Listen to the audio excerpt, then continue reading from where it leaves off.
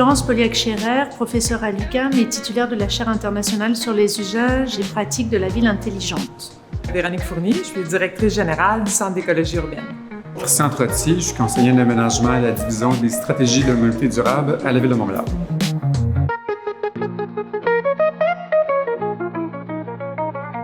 C'est une artère qui va faire place à des aménagements, par exemple, qui vont favoriser la séquestration de carbone. Qu'est-ce que ça veut dire? Bien, de la plantation d'arbres, ça va être, par exemple, la gestion durable des eaux de pluie, des saillies, donc des espaces plantés. Mais également, quand on dit qu'elle est sobre en carbone, c'est parce qu'elle fait place à différents modes de transport, que ce soit les piétons, les vélos, le transport collectif. Donc, ce qu'on a fait avec le Cal au Carré, concrètement, on va prendre l'exemple de la ville de Sainte-Thérèse avec la rue Turgeon, qui est l'artère commerciale principale. On s'est dit, si dans un rayon là, de 500 mètres à peut-être 5 km, donc une distance qui est bien raisonnable pour la faire à pied, en vélo ou en transport collectif, il y a grosso modo 5 à 20 % des gens qui, une fois ou deux par semaine, troquent un déplacement en voiture pour un déplacement actif. Bien, ça serait quoi finalement le potentiel ou les GES économisés? Donc, ce qu'on a appris avec le Cal au Carré, c'est que si on applique ça, par exemple, dans une municipalité comme Sainte-Thérèse, bien, la somme des actions individuelles, c'est un résultat quand même collectif important. Donc, on parle de 50 tonnes de GES potentiels économisés.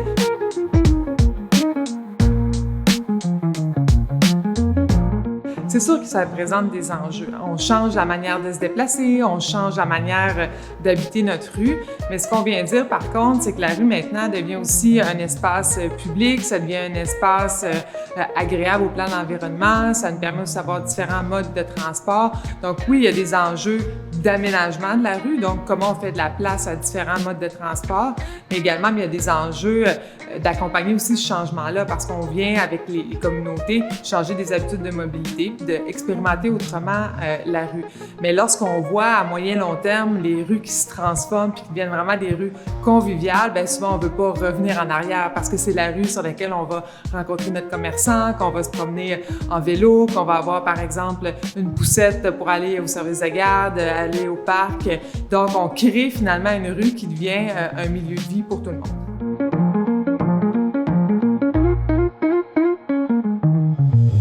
C'est une zone qui est délimitée généralement dans le centre des villes de manière réglementaire et qui va venir restreindre les droits à circuler de certains véhicules afin de diminuer notamment ce qu'on appelle les émissions polluantes. C'est une zone où on a diminué le nombre de voitures grâce à une approche RTA, réduire, transférer, améliorer. Donc, on diminue le nombre effectivement, de voitures, soit par le nombre de déplacements, les besoins de se déplacer, soit par du transfert modal. Mais aussi pour les autres voitures qui doivent circuler, les rendre en mode décarboné, tout simplement.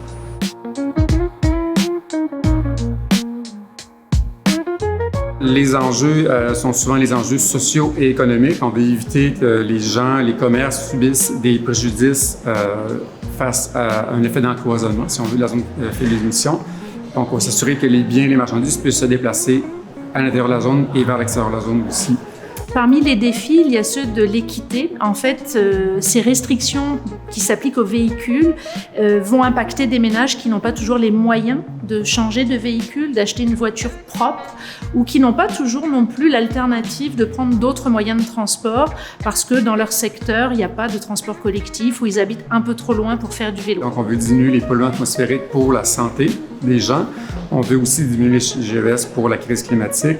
Et aussi, ce faisant, on améliore la sécurité routière, la qualité de vie, l'occupation de l'espace public et le bruit.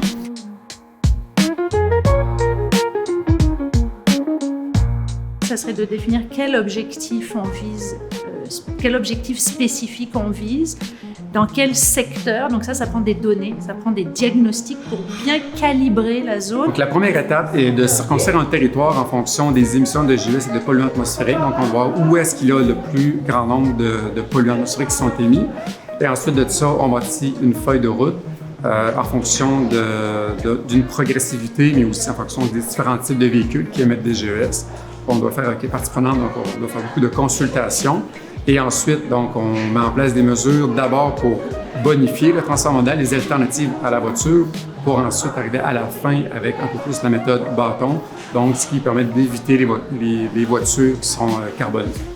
Toutes les zones à faible émission, ou la plupart en Europe, ont démontré aussi que c'était très important de faire de l'expérimentation ou une mise en œuvre progressive, par étapes, sur un temps assez long, en accompagnant la mise en œuvre de mesures de dérogation ou de mesures d'accompagnement pour les populations et finalement en faisant de la concertation ou de la consultation publique. Il y a un lien explicite entre des choix de mobilité puis d'achat local qui sont durables. Donc, si on encourage des mobilités durables dans nos rues commerciales locales, ça a un lien pour la vitalité de la communauté, mais ça a également un lien sur le potentiel de réduction des GES dans une communauté.